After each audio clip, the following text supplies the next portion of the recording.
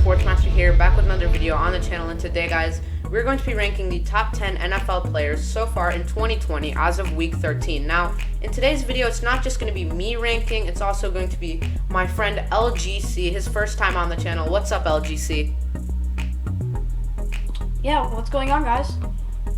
Alright, so today we're basically going to rank the top 10 players in the NFL as of week 13. I'm going to be listing my number 10 spot, then he lists his number 10, then I list my number 9, and then he lists his number 9. That's basically how this video is going to go. We're going to discuss if we disagree on anything or if we agree on anything. Tell us in the comment section below what you disagree with in this video. But let's go ahead and start it off with my number 10. Alright guys, so coming in at number 10 on my list is Myles Garrett. Now, a lot of people coming into 2020 kind of forgot about Myles Garrett because of everything that happened in 2019 with the suspension, but Myles Garrett is a literal monster on the defensive line. He is a great defensive lineman for the Browns, and he fits in really well. He is a great run stopper. He can sack the quarterback, get pressure. He can match up against the best offensive linemen. He can pursue to the quarterback. He has that will to succeed, and all that. Everything that you need out of a defensive lineman. I think he is the second best defensive player in the NFL right now. I think the second best defensive lineman too. So I have Myles Garrett coming in at number 10. Alright, so LGC, how do you feel about my pick?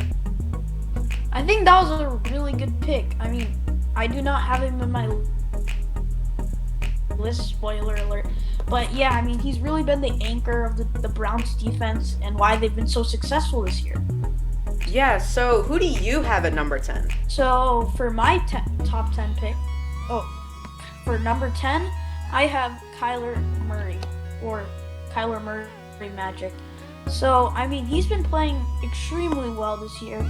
He has around like 8 or 9 interceptions, which is a lot. I mean, not good, but still he's in his second year and he can really develop, and I think the Cardinals can win a Super Bowl with him, especially like the Kyler Murray in his Hail Mary pass to DeAndre Hopkins against the Bills really just showed like he's kind of like a Aaron Rodgers-esque, and he can also just run the ball, and he has a lot of rushing touchdowns as well, so he's an outstanding player.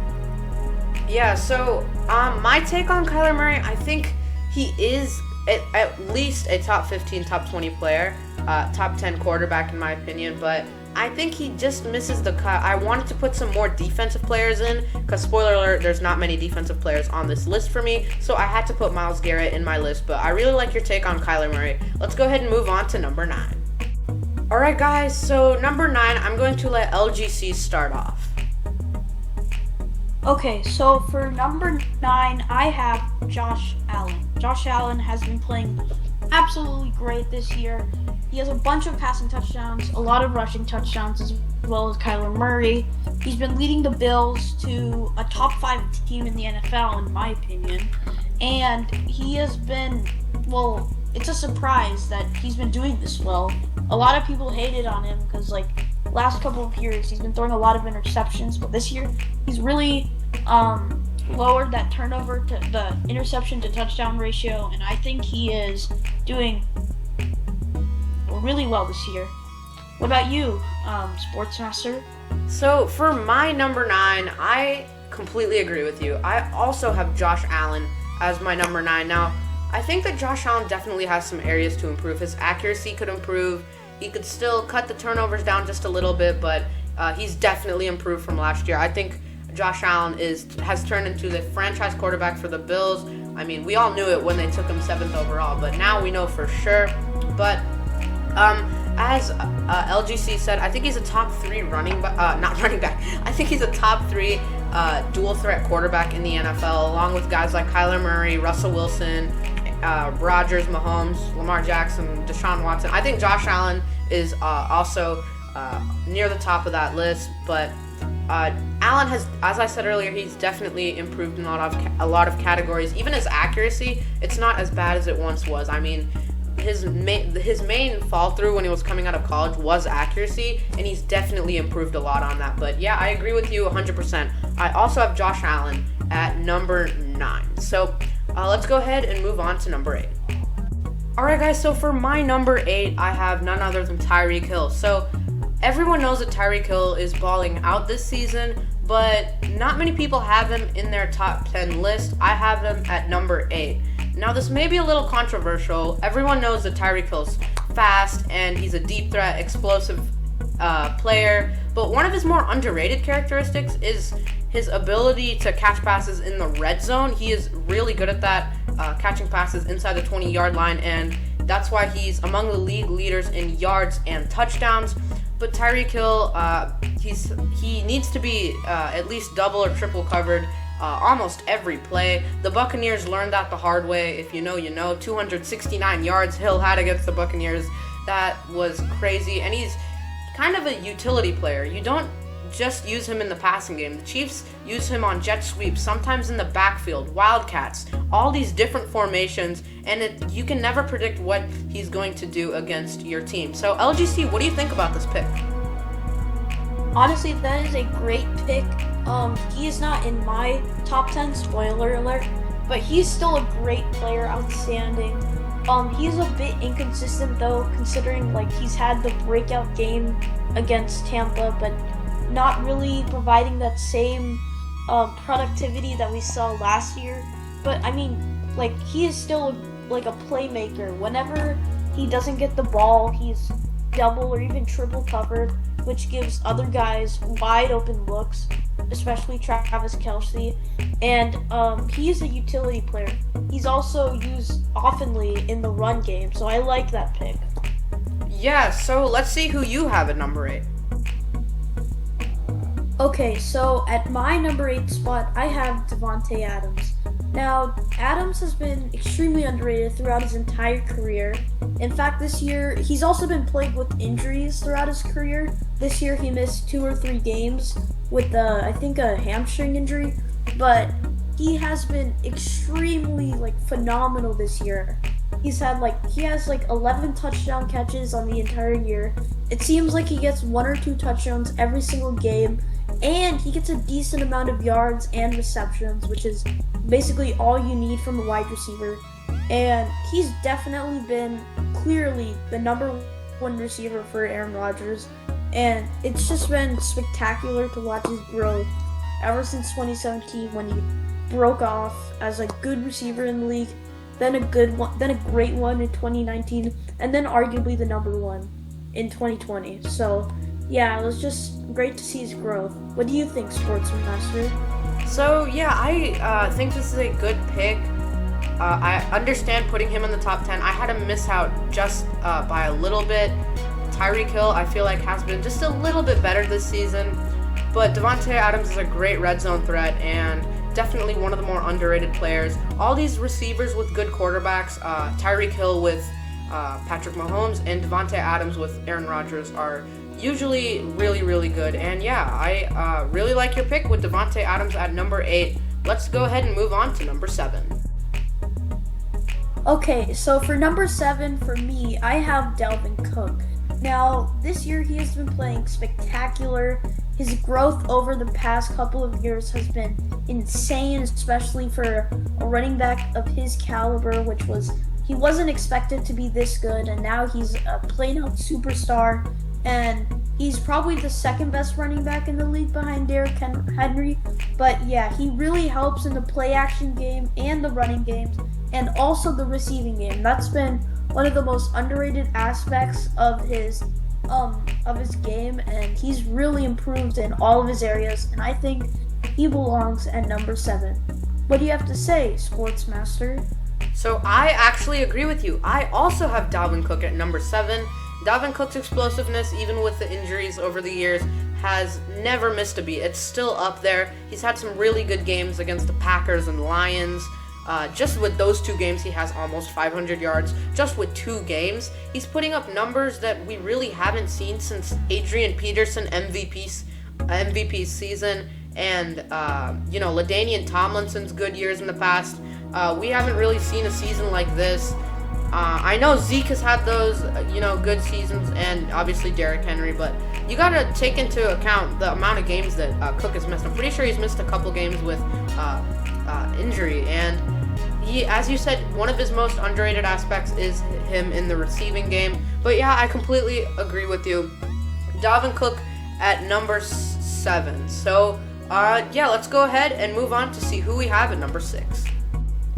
Alright guys, so for my number 6, I have DeAndre Hopkins. So in my opinion, DeAndre Hopkins is the best receiver in the NFL. Yeah, the best receiver. Guys like Michael Thomas haven't played much this year, and Julio Jones hasn't played much, so that opens the way for DeAndre Hopkins to be the best receiver. Again, these receivers with good quarterbacks are playing really well. I'd consider Kyler Murray a good quarterback, obviously in LGC's top 10, coming in at number 10, but DeAndre Hopkins has the best hands in the NFL, the best receiver. He's honestly one of the greatest to ever do it at the receiver position.